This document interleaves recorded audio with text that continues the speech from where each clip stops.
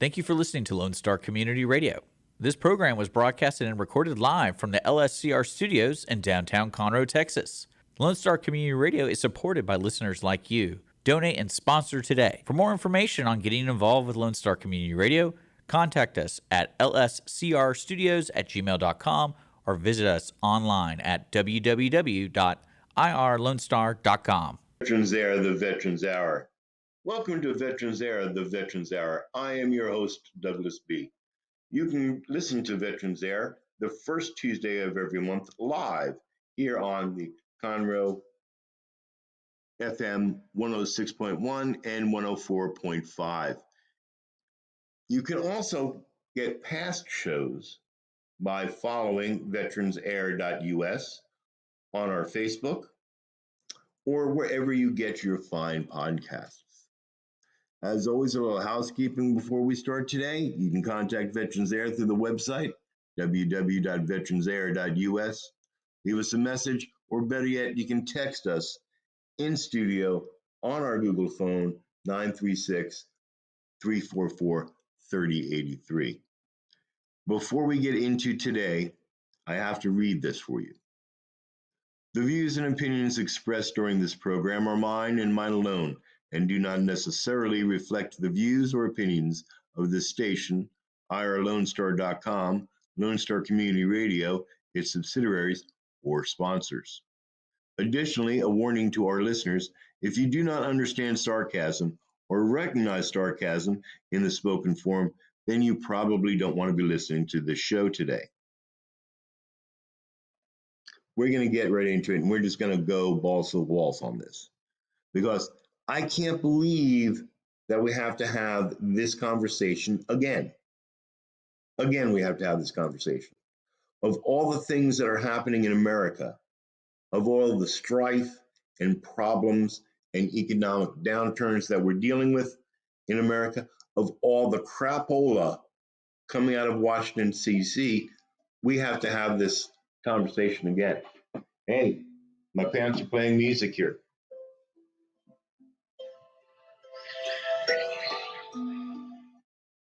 Telling me in time to take my antipsychotics.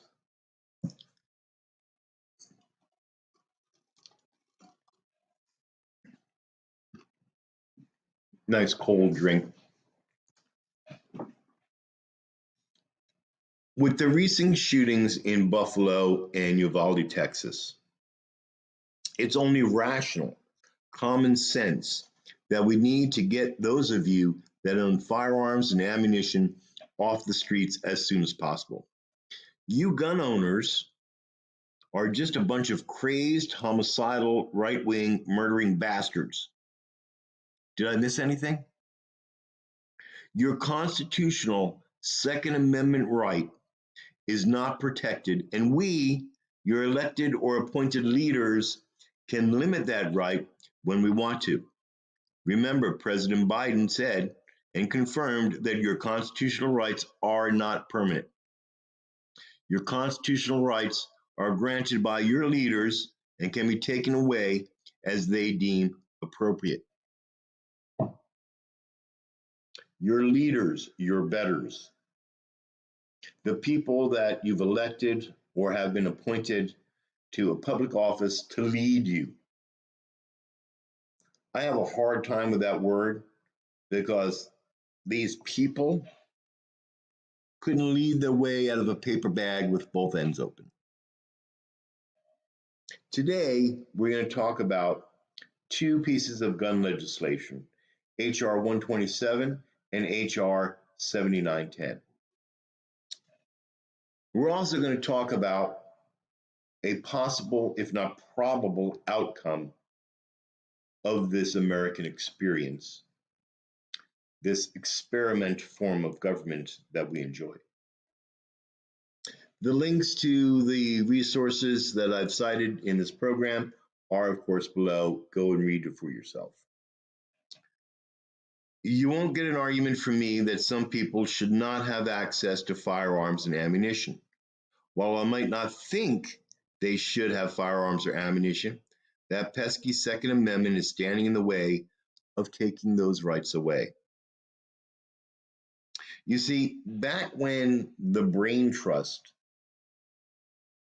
that were our founding fathers created the Constitution at that time, they could not imagine that the government, the society, would be dealing with widespread mass mental illnesses or a military industrial complex. They knew, however, that a time would come again that good men, by force of arms, must stand against bad men and protect the citizens and this form of government. That was the understanding. That was the background, the thinking behind the Second Amendment. It had nothing to do with hunting. It had nothing to do with sports shooting. It had nothing to do with home defense.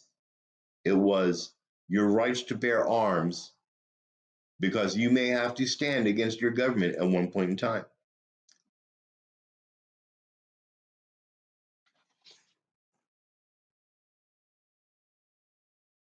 The Second Amendment reads, and I quote, a well-regulated militia, comma, being necessary to the security of a free state, comma, the right of the people to keep and bear arms shall not be infringed. Exactly what part of shall not be infringed don't you people in Washington understand? What part of no don't you understand? I got a great graphic. Dick, if you can, and I can find this graphic, insert it here. This graphic says, what part of no don't you understand? You can't mess with the Second Amendment. That's it. Let's flash forward to today. In the aftermath of so many terrorist bombings, mass shootings, riots, protests against judges and their families, etc., and ask this question. How do you stop a bad guy with a gun? The answer is self-evident. A good guy with a gun. And we've seen this happen time and time again. Our government right now says that we're either too stupid, too immature, too young, or too mentally ill to own firearms and ammunition. Every lottie-dottie one of you, you're too stupid, too young, or too mentally ill to own a firearm and ammunition. Let's look at the first bill, H.R. 127. It's known as the Sabika Sheikh Firearm Licensing and Registration Act, introduced by Congresswoman Sheila Jackson Lee on January 4th, 2021. And if you remember, Sabika Sheikh was a 17-year-old Pakistani exchange student killed in the 2018 Santa Fe, Texas school shooting. Congresswoman Lee, being Congresswoman Lee, would never let a good tragedy go to waste if it can further her political career. So she wrote this bill. And this bill says, and it's important that we go through this, H.R. 127 is to provide the licensing of firearms and ammunition possession and the registration of firearms to prohibit the possession of certain ammunition. The bill establishes a process for licensing and registration of firearms. It also prohibits the possession of certain ammunition and large capacity ammunition feeding devices. The first thing that this bill says is that the Bureau of Alcohol, Tobacco, Firearms, and Explosives must establish a licensing system for the possession of firearms or ammunition, and two, a registration system for firearms.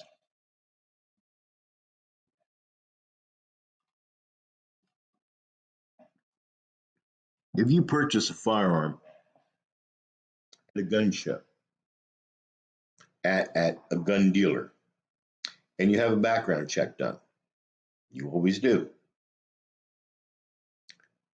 You may think that because you've been told this before, that there is no gun registration database, that they take that information that includes who you are, where you live, what you're doing, all that other good stuff, and the make, model, and serial number of the weapon. You may think that they actually throw that away, like they say that they do, and there is no gun registration system. What's the weather like on your world if you actually believe that? In addition to creating these licensing and registration of firearms and inhibits the possession of certain ammunitions and the registration for that. In addition, the DOJ must establish and maintain a publicly available database of all registered firearms. So if you have firearms in your house, Larry, the guy next door, he can go to the internet and find out all the weapons that you have, make, model, and serial number, and the ammo that you have for it. This bill creates licensing requirements for the possession of a firearm and ammunition.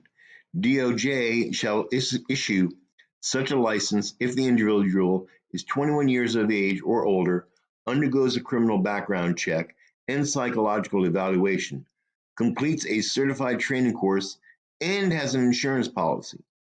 It also outlines the circumstances under which DOJ must deny a license. For example, the individual was once hospitalized with a mental illness.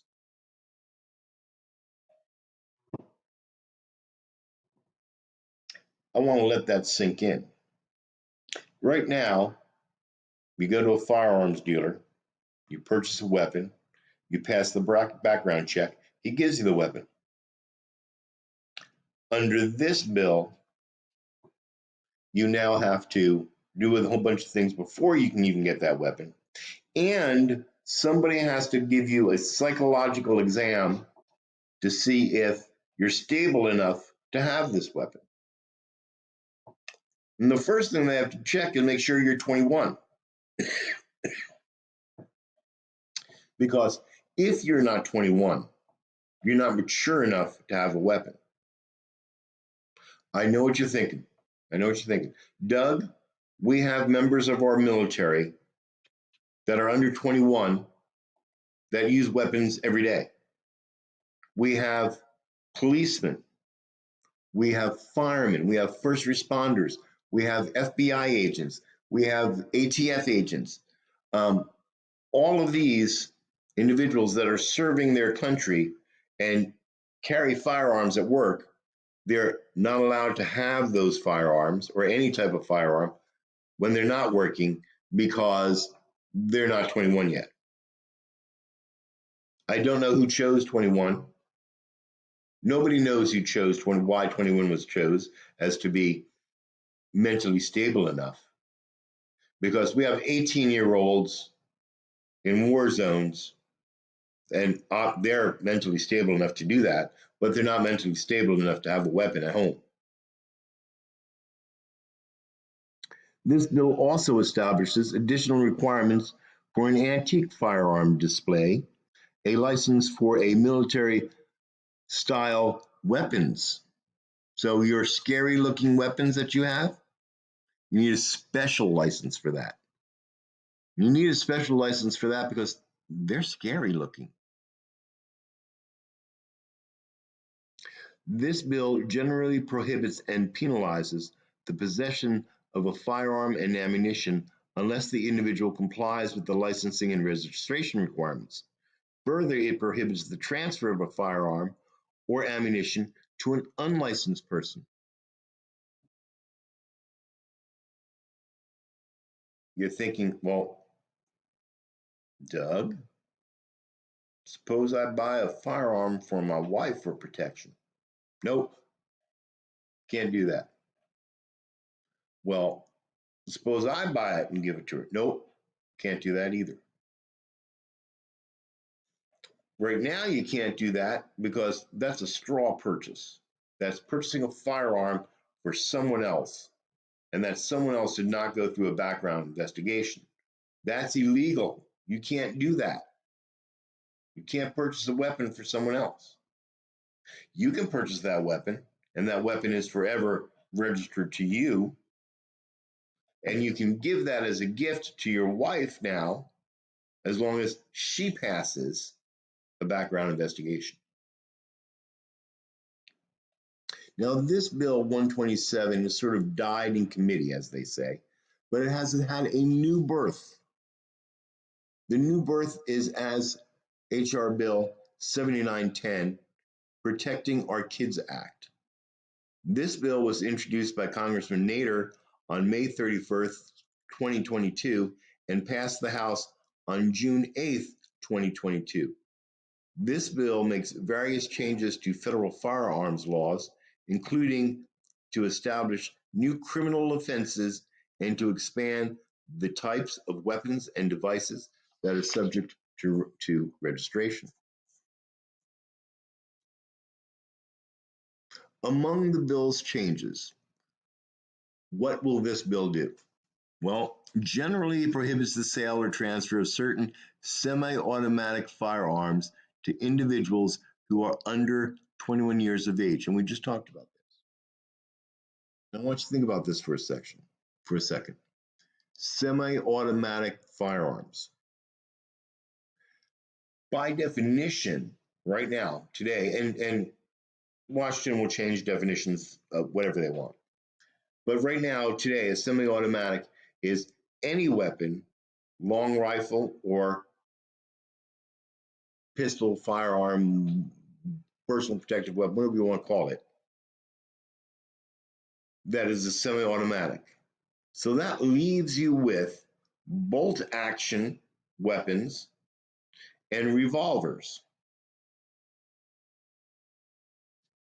So even the .22 weapon that you have, long rifle, that you use for plinking or shooting varmints, can't have that. As a semi-automatic, you need a license for that. And obviously, you're not going to get one because you're ill, because you want the weapon to shoot at varmints. You want to murder poor soft kittens or bunny rabbits.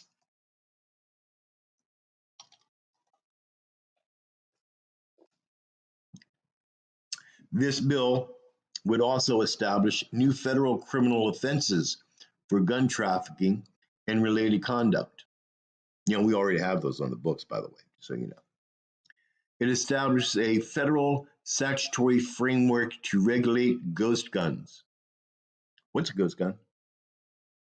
Well, a ghost gun are firearms used by poltergeists or malignant spirit world entities. It's also any weapon that you build. It is possible to go out and purchase all the parts of an AR-15 style weapon and build it yourself. I know people that do that. You can do that with semi-automatic handguns. You can build your own Glock. I know people have done that. They are illegal or will become illegal, of course, because they don't have serial numbers. The government can't track that.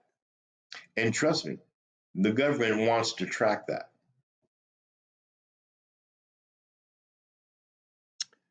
This bill will also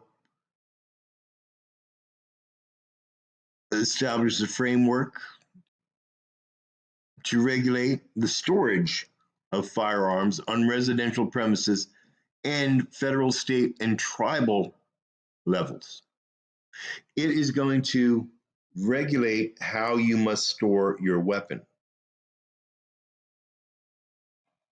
So your weapon, correctly stored, would be broken down to its component parts, stored in a safe, and on the other side of the house, any ammunition for that firearm is stored in that safe. And you're only allowed to take them out and put them together at certain times, do certain things with them. That's the safe and correct way to store a firearm. If you have a firearm in your home for personal protection, you need to break that down and put it in one safe. Take all ammunition for that and put it in another safe. We have states that do that now. New York is one of them.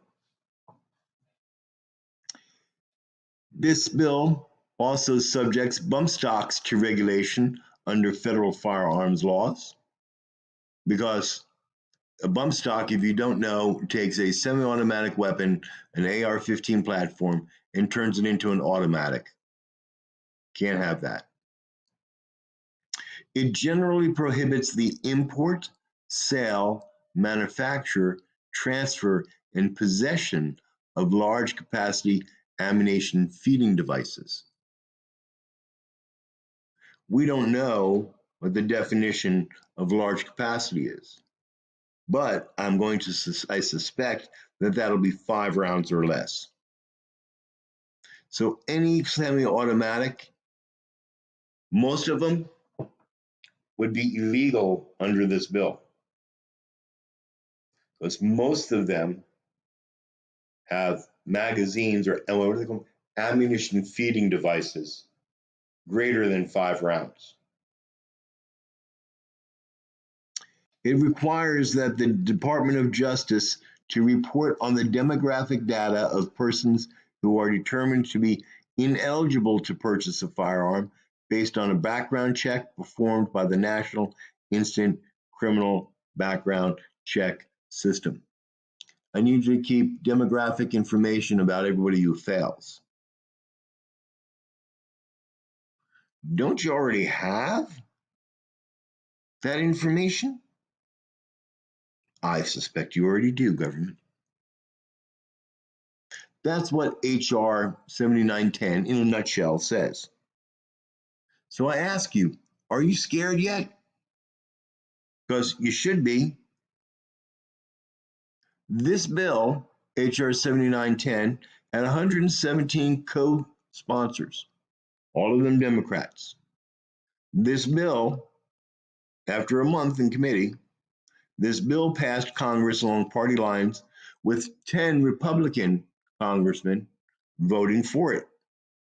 I suspect that the Senate will also approve this bill along party lines, and President Biden to sign it into law. Just so you know, Texas Senator Cruz is opposed to this bill, while Texas Senator Cornyn supports it. Of course he supports it. He's retiring. He's looking for money. Remember when Beto said, O'Rourke said, "I'm coming for your AR-15s"? This is the result of that. Now, personally, for me personally, I once had an AR-15 and I once had a .38 revolver. I once had those weapons. I no longer have those weapons. Tragically, they all were lost in a freak boating accident. I took them out. We were going boating. They got on the boat. I advised them to wear their life vests, but they said, "No, we ain't wearing no stinking life vest." And a minnow hit the boat. It capsized, and they were lost. They died because they weren't wearing a life vest. If they were only wearing a PT belt, it probably would have saved their lives.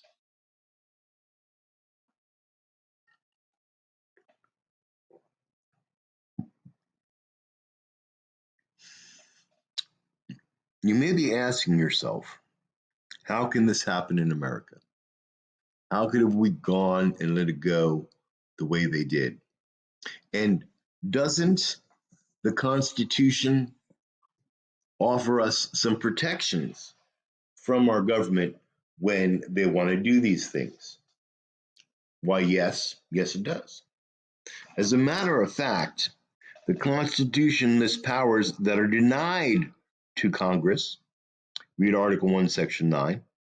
The Bill of Rights prohibits Congress from making laws that limit individual liberties. Under this system of checks and balances, the president can veto a law passed by Congress, or the Supreme Court can declare a law unconstitutional.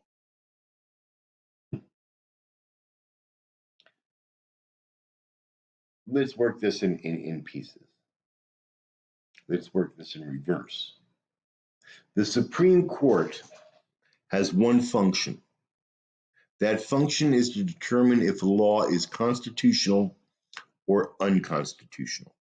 That's it. They don't make laws. They don't say this is the law of the land. All they do, the entire function of the Supreme Court, is to say the law is constitutional or is unconstitutional. What you're doing, state, individual, county, mayor, whoever, what the Supreme Court is saying is you're wrong, they're right. You are not allowed to do what you just did because the Constitution says you can't.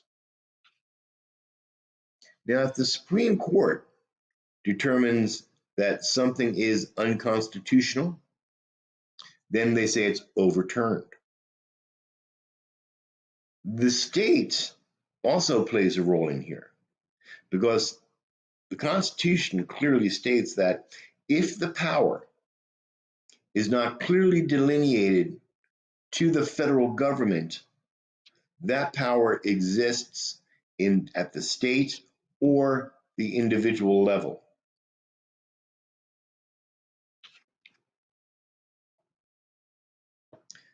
The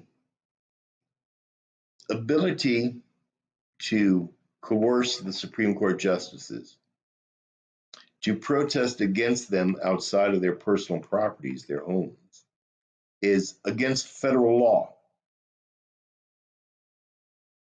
Let me say that again. To protest a judge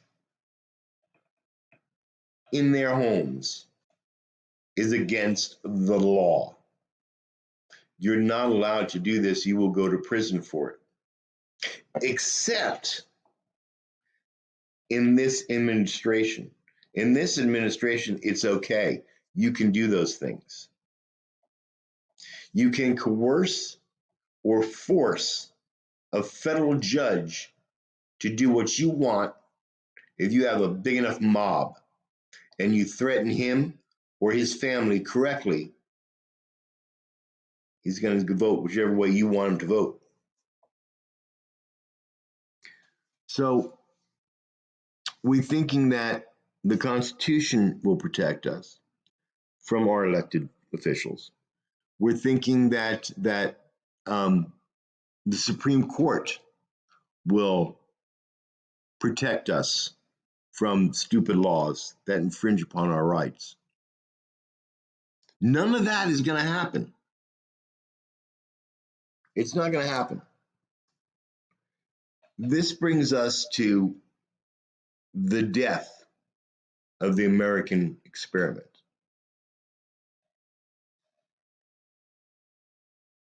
You know what? Before we get into the death, no, let's go right into the death of the American experiment. So the form of government that we're supposed to have, that's guaranteed to us under the Constitution, is called a constitutional republic. Our founding fathers thought that the way that this would work is that we're going to vote on certain things. Certain powers are invested in the government, in the form of our government, and the power of that comes from the people. You see, they thought that American citizens would want to serve their country, would be leaders in their local communities, go up to Washington or go up to the state, serve for a year or two, and then come home. And while they were gone, the community would care for the property that they had. They had their farm, get the seeds in on time, get a harvest on time. They would handle all that. And while they're in Washington, these elected representatives, they're going to get a pittance, a small salary to pay for their room and board because it wasn't their job. They were going there to represent you and me and our choices and our desires. Somewhere along the line, this has changed. And now being a politician is a career. And you decide that you're going to be a politician. So you go to school, you go to college, you go to the university, you get indoctrinated, you choose a party, and you become a congressman. And you stay there for as long as possible because that's where the money is. People will give you money so that you vote a certain way or favorable to this cause or that cause. And Congress, you're in charge of America's purse. So you get to say what America is going to spend money on. But none of that money is yours. That money is the money of the American citizen, the one paying the taxes. You get to spend that. You're in control of it. So spend it wisely. And understand that the American people were very, very nice to you. We've given you better health care than we have access to. We've given you security that we're not allowed to have. And once you finish serving for however long you want this job, once that's over and done with, you're going to get a pension for life. $170 some odd thousand for life. You see, America, we screwed up. We did. You did, and I did. We screwed up. We, at some points, slowly but surely, started thinking of these politicians as leaders. They were meant to be leaders in the community, but they're not. They're definitely not leaders. I can't think of one of them that can lead their way out of a paper bag with both ends open. They're definitely not my betters. They're definitely not smarter than I am. I'll put my degrees up against their degrees any day. I went to good universities. These people, in and of themselves, are destroying America. We have, in effect, two Americas that are existing today. There's the urban America, urban centers, and the rural centers of America. And they're way far apart on what they need to survive, what they need to chase the American dream, what they determine is the right course for them and their families. Today, with all of the strife and the divisions that we have in this country's at a tipping point. Right now, it's sitting right on the razor's edge. And it can go one of two ways. It can either slowly and surely continue along the path it's doing and become some combined type of socialist, communistic form of government. Or we're going to have another civil war. Ideas like this one here, these bills, they're pushing for war. They would like a war. I'm telling you right now, our elected officials and those appointed now, today, that are sitting there, they want a civil war. But they want that only after they've taken your weapons and all the rights that you have away from you. Then they'll have a war and it'll be very, very short-lived. I want you to look at society as a whole today. There are two types of people involved in political activists, if you will. You have those people that protest and burn down Wendy's and boycott Chick-fil-A and smash cop cars to further their agenda. If you don't do this, America, we are going to destroy your cities. And then you have the other Americans that won't get involved, will not engage. I'm telling you now to engage. I'm telling you, make your voice heard. If HR 5910 in any way upsets you, then you need to get involved. You need to call your senators and tell them, hell no, you will not vote that way. No, you will not attempt to change my mind. You will vote the way that I tell you to vote. And if you choose not to vote the way we tell you to vote, that you're going to vote because this is what your conscience says, this is what your religion says you should vote for, and not what we, the people, tell you to vote for, I'm going to come and I'm going to yank you out of your chair and I'm going to replace you. Hell yeah. Bet me. You work for me, stud. You chose you wanted to be a political scientist and hold office. You work for me. You do as I tell you. You are my representative. My representative. And I tell people this. I tell the politicians all the time. If you think I don't, go ask Kevin Brady. We are at a tipping point. We're at a tipping point for a lot of reasons. We're at a tipping point because we have 2 million, 2.7 million undocumented immigrants. They're illegal aliens. They're felons. Every single one of them. Cross that border is a felon. Wandering around America. We don't register and keep a database of where they're at, but we're going to do that for your firearms and your ammo. We have food shortages in America. Food shortages in America. This year alone, Veterans Air donated to the food bank $200 the first time. Veterans Air donated that.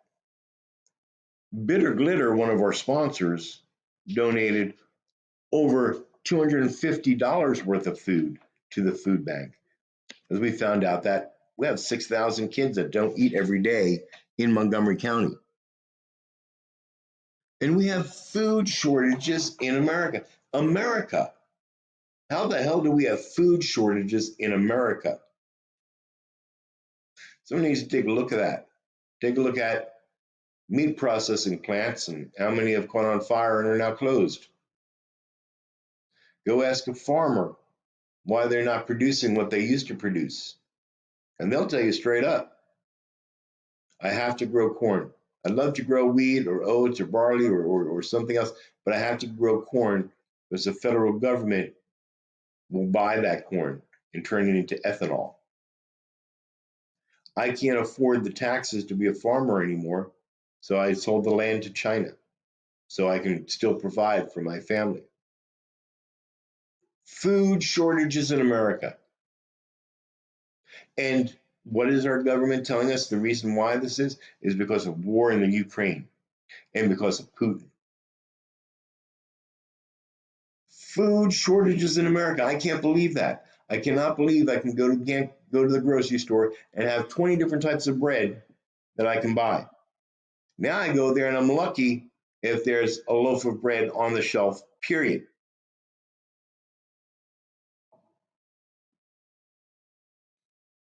We have riots in America where it's justified to burn down Wendy's because we don't like the way that their management team, their stance on any political or social economic item, we don't like their views on that. So we're going to burn down their stores. We're going to loot Walgreens and CVS. We're going to beat up old men on the street. And all this is a peaceful protest. And the government and the news media tells you it's a mostly peaceful protest. A few bad apples. During the height of the riots, we actually had a whole section of the city in Seattle attempt to become autonomous. They no longer believed in any of the laws or Americans. They were a power unto themselves. That, my good friends, is sedition. And under law, you can be shot for that. Whenever America becomes too much for you, get out.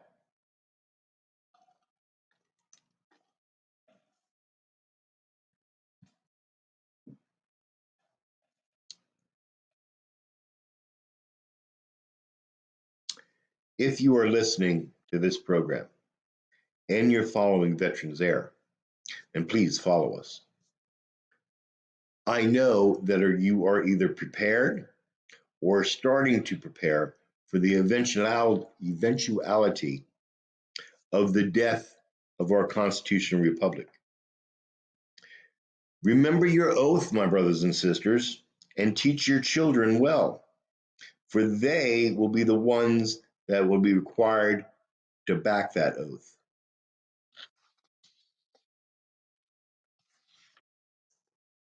If you're not paying attention, you should be. If you're not involved in your community and what its representatives are doing and saying, you should be. And I'll tell you why, because that personally affects you and your family.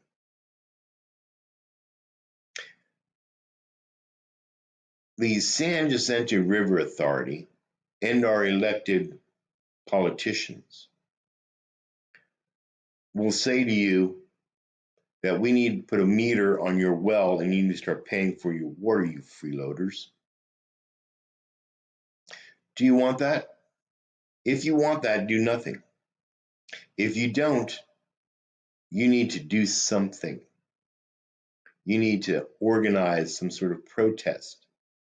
You need to organize some way where a lot of people can get their dissatisfaction with that particular issue to their elected representatives. So they know that you don't want that. Vote a different way.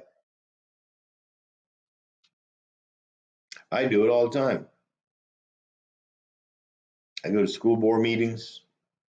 I go to the town meetings. When a bond issue comes up, I don't read the summary of the bond. I go and I read every single word on that bond and what they're going to do with the money. So I voted no to the bond for the school this year. No, you're wasting money. $3,000 to paint 10 feet of curb. Want to put AstroTurf down. How does AstroTurf help the student learn and to be educated? Doesn't. It's for what, 30 kids, a couple of coaches, people in the stands that watch that pay money to come watch that, pay money to buy sodas and hot dogs and whatnot. It doesn't help education in one iota. You want to put in there that we need $8 million for music classes. I'll vote for that. Absolutely. For art classes, I'll vote for that. How about teach English and math? I'm not going to vote for money to teach our children how to be, that it's better to be LGBTQ than in a monogamous relationship with your spouse. I'm not gonna vote for that. Maybe I'm wrong thinking like that, and you could think otherwise. And in America, you're allowed to think your way. I'm allowed to think my way. As long as my way does not infringe on your rights. As long as your way does not infringe on my rights. We're coming to an end of this, America. And very soon, you're going to have to choose sides. I'm sorry to say that. I really am. But eventually, you're going to have to take a stand.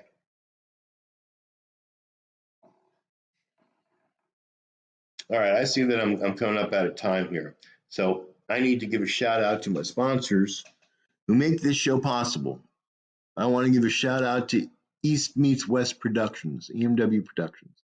They have been helping veterans start and fund their businesses for over 30 years. And they make this show possible through their donations. I also want to give a shout out to bitterglitter.us. Bitterglitter.us is a wholly owned female 100% disabled veteran who is making promotional and motivational items for the veteran community. Thank you both for supporting this show.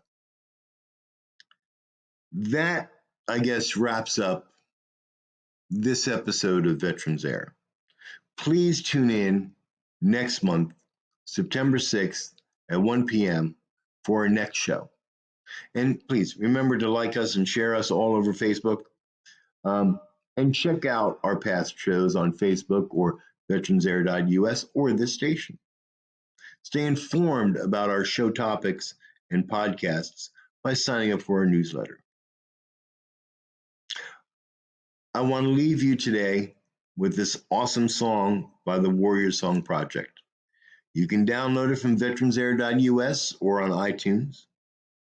And while we're listening to this song, let us remember our brothers and sisters in uniform that today are standing in harm's way to protect our freedoms and our liberties. If you are wearing the uniform, I want to say to you, thank you. I want to say to you, I am proud of you. And until next month, stay safe and stay vigilant.